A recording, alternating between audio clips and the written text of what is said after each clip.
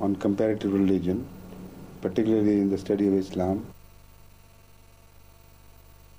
By 1954, Rabwa was a town of 45,000 people. In the center of the town, gleaming in white brilliance, stood the elegant Mubarak Mosque.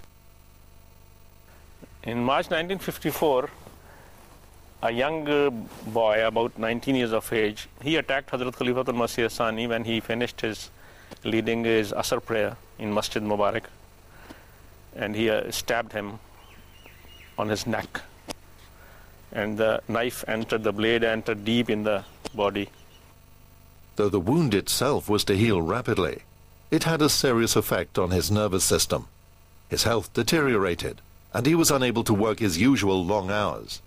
Some 2 years later, he went to seek advice from specialists in London. Quite a few members of Huzur's family accompanied him. Among Huzur's children was Hadhrat Mirza Ahmad Sahib, Dr. Mirza Ahmad Sahib, Mirza Mubarak Ahmad Sahib, then Mirza Tahir Ahmad Sahib. After the treatment, Hazrat Khalifat-ul Massih II decided to return to Rabwa, but he left Hadhrat Mirza Tahir Ahmad, now aged 26, behind in London. Although according to the original plans he was due to return with his father, but his father had other plans for him. In London, he lived in Maida Vale and studied at the University of London. Although he had learnt English at school, it was at the London University where he learned how to express himself better in the language. Whilst in London, he also had the opportunity to travel in Europe and meet a range of people.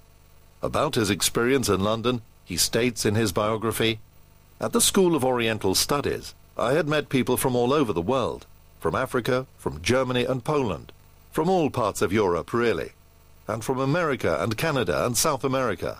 I believe that was important, that God had decided that was what I should do, even though I did not know it at the time.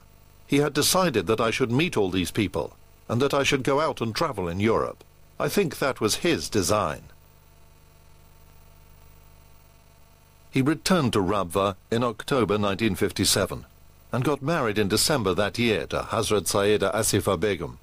That very same year, Hazrat Khalifat-ul Massih II appointed him at the office of Waqf-e-Jadid, which looked after the needs of Ahmadis living in rural communities in East and West Pakistan. His new post in the Waqf-e-Jadid put him in direct contact with the small farmers, villagers and shopkeepers, who were one of the great strengths of the community. He was always very caring for the poor and the needy, and this was also apparent in his personal life. और बाकी लिए तो बाकी मुझे बहुत वजह से मैं देखती थी कि बहुत ज़्यादा अब्बा में तड़प थी, क्योंकि मदरसे में हम लोग तभी छोटे थे, तो मुझे याद है जब हम कभी मीना बाज़ार पे बच्चियां जा रही हैं तो उम्मी का कहा, उम्मी हमें पैसे दे, मैंने मीना बाज़ार है हमारे स्कूल का, तो उम्मी के ने भी दिए नहीं थे या कम दे रही थी, जो भी था, तो अब्बा ने सुन लिया, अब्बा कहते कि मैं देता हूँ, तो 10-10 रुपये दिए थे। उस वक्त 10 रुपये बहुत ज़्यादा लगते थे, तो क्या था, लेकिन एक शर्त है कि तुम लोगों ने साथ अपने साथ किसी गरीब बच्चों को भी साथ कुछ खिलाओ पिलाओगी और ये करोगी। तो शुरू से इस तरह मतलब ये था कि हर चीज़ में तुम लोगों ने उनका हिस्सा रखना है और मोहब्बत करनी है उनसे।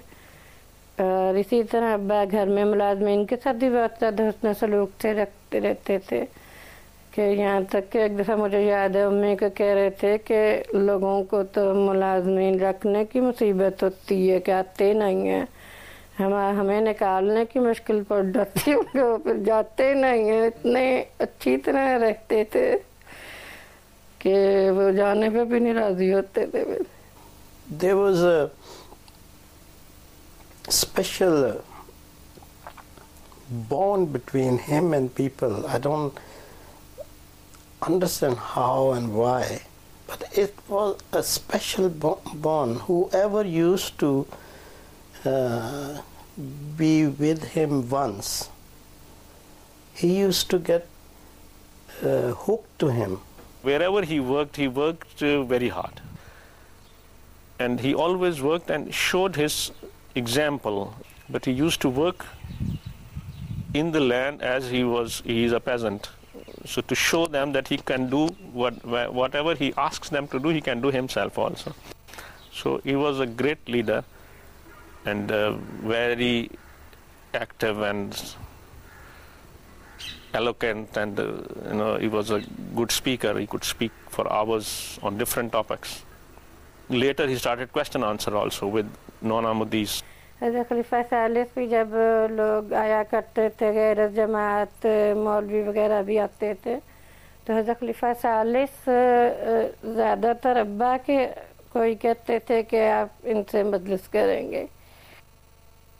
He led a very disciplined life, serving the cause of the community.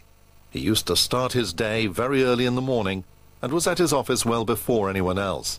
अब्बा का एक तो मैं आपको बताऊं कि ये तो एक तरीका था ना, सुबह नमाज के बाद तहज्जुद और नमाज के बाद अब्बा तलावत करते थे. ये तो मुझे जब से मैंने होश संभाला ये मैंने देखा. उसके बाद फिर अब्बा थोड़ी देर के लिए सोते ज़रूर थे, फिर अब्बा चले जाते थे अपने वक्फ जदीद के दफ्तर. तो दोपहर को आते थे 2:30 साढ़े 3 के दरमियान, और उस वक़्त उनके मुलाजमीन भी अपने क्वार्टरों में जा चुके होते थे. कभी अब्बा ने किसी को नहीं कहा कि मुझे खाना निकाल के दो या गरम करके दो. खाना पड़ा होता था और खुद ही निकाल के बैठ जाते थे. हम लोग तो बच्चे थे, तो मुझे याद है कि ऊपर के मेज़ों पे भी चढ़ के बैठ जाते थे. अब्बा के साथ बातें, बेतकल्फ़ी बात थी तो इसलिए सारी बातें करते रहते थे, सवाल जवाब, और अब्बा बड़े खुशी से हर बात का जवाब भी दे रहे हैं और साथ खाना भी खा रहे हैं. इतना मोहब्बत का सलूक बंधा हुआ था कि अब्बा की नाराज़गी सबसे बड़ी सज़ा लगती थी. इसलिए ये होता था कि अगर जहाँ ये देखते थे कि अब्बा को किसी बात से तकलीफ़ हो रही है, तो हमारे लिए सख्त तकलीफ़ तो शर्म वाली बात बन जाती थी. तरबियत का मुझे जो सबसे अब्बा का अंदाज़ा अच्छा लगा कि बच्चों से या किसी से भी ऐसी मोहब्बत का सलूक बांध लेते थे कि उसकी वजह से इंसान बहुत सी बातों से बच जाता है. It is one of the ironies of history that the Ahmadiyya movement, which was instrumental in the creation of Pakistan, was persecuted by the so-called religious scholars or ulema, who had been so violently opposed to its creation. The persecution was politically inspired to divert the attention of the population from real problems that the country was facing. 1953 saw some of the worst rioting against Ahmadi Muslims and the community. There was a generalized riot in the Punjab. It was supported by the Punjab government, quietly, not officially.